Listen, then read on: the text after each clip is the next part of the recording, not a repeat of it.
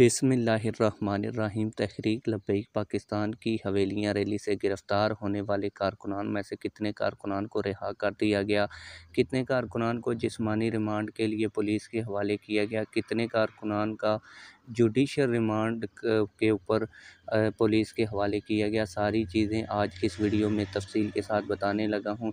इसके अलावा सीनियर सहाफ़ी नादर बलोच ने तहरीक लब्बैक पाकिस्तान की क़यादत तहरीक लब्बैक पाकिस्तान के वकला के ऊपर एक झूठ बांधा है और एक तोहमत बांधी है। इस हवाले से भी आप लोगों को आगाह करने जा रहा हूँ।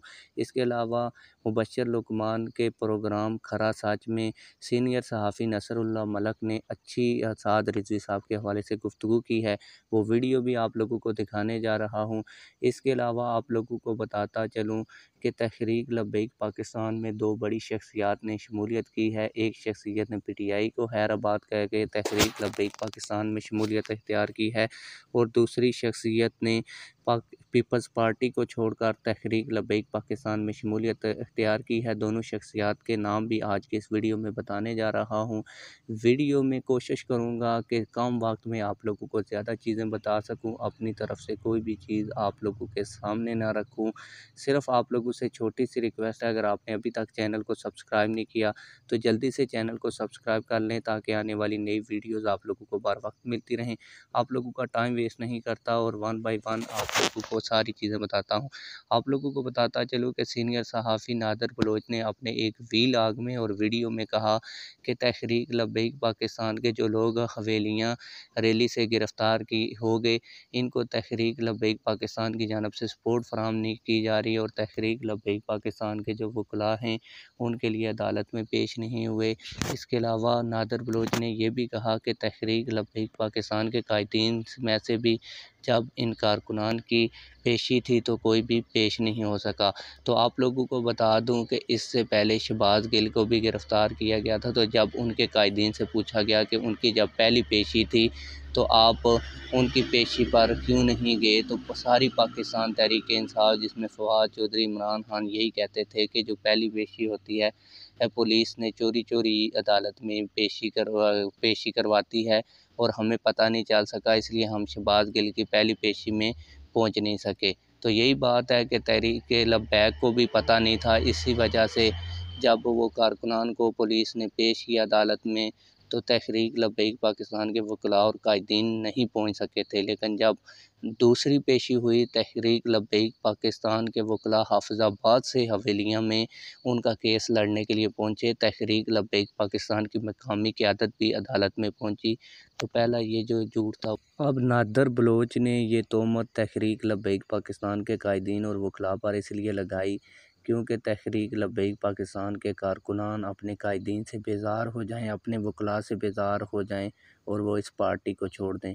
आप लोगों को ये भी बताता चलूँ कि नादर बलोच ने बड़े मुश्किल वक्त में भी तहरीक लब्बैक पाकिस्तान की रिपोर्टिंग की। उस वक्त तहरीक लब्बैक पाकिस्तान को मुकम्मल सपोर्ट किया, ये उसकी अच्छी बात है, हम इसको मानते हैं। लेकिन जब से इमरान खान साहब कुर्सी से उतरे हैं, उनकी वजारत उज़्मा गई है, उससे लेकर अब इनका झुकाव PTI की जानब हो चुका है और वो कोई भी बात छोड़ते नहीं हैं जिस पर वो तहरीक लब्बैक पाकिस्तान के ख़िलाफ़ हर्जा सराई ना करें। बढ़ते हैं अगली खबर की जानब, जो आज की अहम तरीन खबर है कि कितने कारकुनान रिहा हो चुके हैं, कितने जुडिशल रिमांड के ऊपर अभी पुलिस के हवाले कर दिए गए हैं। तो आप लोगों को बताता चलूँ कि हवेलियाँ से गिरफ़्तार अफराद जुडिशल हो गए हैं, जिनकी ज़मानत बाद अज़ गिरफ़्तारी की दरख्वास्तें 20 अक्टूबर को दायर कर दी गई हैं, जिनकी समाअत इंसदाद दहशतगर्दी अदालत में 20 अक्टूबर को होगी। एडवोकेट सजाद अकबर अब्बासी बता रहे थे कि तहरीक लब्बैक के गिरफ़्तार अफराद को 2 दिन से पानी तक नहीं पूछा गया। जज साहब ने कमरा अदालत में सबसे पहले पानी पिलाने का हुक्म दिया। मुल्ज़मान बहुत अफसरदा थे। 90 तहरीक लब्बैक की लीगल टीम ने तमाम के जिस्मानी रिमांड की मुखालफत की। पुलिस ने 14 दिन के लिए मुल्ज़मान का जिस्मानी रिमांड मांगा था, लेकिन मुअज़्ज़ज़ जज इंसदाद दहशतगर्दी कोर्ट एबटाबाद ने पुलिस को जिस्मानी रिमांड देने से इनकार कर दिया और मुल्ज़मान को जुडिशल रिमांड के ऊपर भेज दिया। आप लोगों को बताता चलूँ कि अगर किसी भी मुल्ज़म का जो है जिस्मानी रिमांड हो जाए तो उसमें कभी भी ज़मानत की जो दरख्वास्त है वो दायर नहीं की जा सकती। जब जुडिशल पे मुल्ज़मान चले जाते हैं तो फ़ौरन उनकी ज़मानत हो जाती है और ज़मानत की दरख्वास्त भी दी जा सकती है।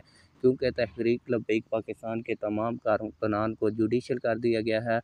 अब 2 से 3 दिन के अंदर सारे कारकुनान की ज़मानतें। अब बढ़ते हैं अगली बड़ी खबर की जानिब। 2 बड़ी शख्सियात ने तहरीक लब्बैक पाकिस्तान में शमूलियत इख्तियार किया और उन्होंने शुजाआबाद से एक शख्सियत ने तहरीक इंसाफ को छोड़ा है जिनका नाम राव खालिद है, जबकि सैयद सोहेल गिलानी ने पीपल्स पार्टी को छोड़कर TLP में शमूलियत इख्तियार की है। बढ़ते हैं अगली अहम तरीन खबर की जानिब। मुबश्शिर लुकमान के प्रोग्राम खरा सच के अंदर मौलाना नहीं है बल्कि नसरुल्लाह मलक सीनियर सहाफ़ी साहब ने बड़ा खूबसूरत हाफिज़ साद रिज़वी साहब के इंटरव्यू के बाद तज्ज़िया पेश किया है। तो आइए वो वीडियो भी देखते हैं। आप गुस्सा तो उनका हक बजाने पे है, क्योंकि जब इतने गुस्से में है, लोगों के साथियों के दरमियान होंगे, फिर वो लाशें उठाई हैं, तो बोझ तो बहुत होता है ना। ये लेकिन साद रिज़वी साहब ने एक बड़ी खूबसूरत बात की है। उन्होंने कहा कि ये वो लोग हैं जो मुल्क के अंदर अनारकी फैलाना चाहते हैं, जो मुल्क के पूरे मुल्क के अंदर ये चाहते हैं कि अनारकी फैले, तहरीक लब्बैक एक बार फिर सड़कों पर हो और मुल्क के अंदर ये ऐसा माहौल बने जिसका मुल्क को नुकसान पहुँचे। मेरे ख्याल में उन्होंने बड़ी जिम्मेदाराना बात की है कि इतना जुल्म, इतनी ज़्यादती, अपने कारकुनों की शहादत। ठीक है, अब वो उनको लोगों को तसल्ली भी देनी है, तो पहले वो ऊंचा बोलेंगे तो फिर वो जाके। लेकिन उसके बावजूद उन्होंने कहा कि हम अनारकी नहीं फैला, हम इस साजिश का हिस्सा नहीं बनेंगे।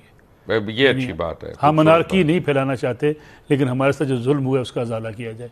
वरना ये बात उनकी बिल्कुल दुरुस्त है कि वो लोग हैं वो जो चाहते हैं कि मुल्क इस वक्त किसी ऐसे बहरान की तरफ चला जाए जिसका पाकिस्तान के मुखालफिन भी चाहते हैं। लेकिन डर तो है ना इन तमाम। वैसे ये भी सही कहा, मैं तो PTI कह रहा था, सारी जमहूरी कुव्वतों को ये तो डर है ना कि अगर तहरीक लब्बैक को खुला छोड़ दिया तो ये पता नहीं कितना वोट ले जाएंगे। उनकी बात देखें, अपना नारा बड़ा स्ट्रांग है ना। उनकी बात हाफिज़ साहब ने जो बात की ना, एक और बात की, उन्होंने कहा हर उस बंदे को डर है जो समझता है कि यहाँ इशराफिया को चैलेंज न किया जाए। ये तो आप बात माने ना, तहरीक लब्बैक के जो कारकुनान, जो उम्मीदवारान हैं, वो आपकी मुल्क की एलीट इशराफिया से तल्लक नहीं रखते। आशिकाने रसूल हैं, एलीट तो है मेरे लिए नहीं, उस एलीट क्लास से तल्लक नहीं रखते। मैं तो उनको एलीट मानता हूं जो आशिक रसूल है। नहीं, जो काबज़ है आपके इक़्तिदार के ऊपर। हाँ।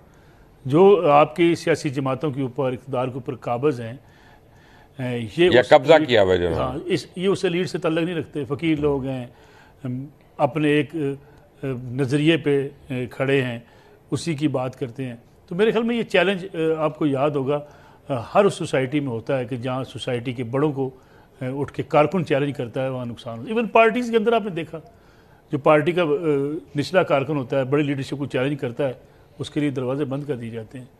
तो ये अलमिया है पाकिस्तानी सियासत का कि पार्लियामेंट आज उमरा के लिए है, पार्लियामेंट आज बड़े लोगों के लिए है, जागीरदारों के लिए है, सनतकारों के लिए है, वहाँ आम आदमी की गुंजाइश कोई नहीं है।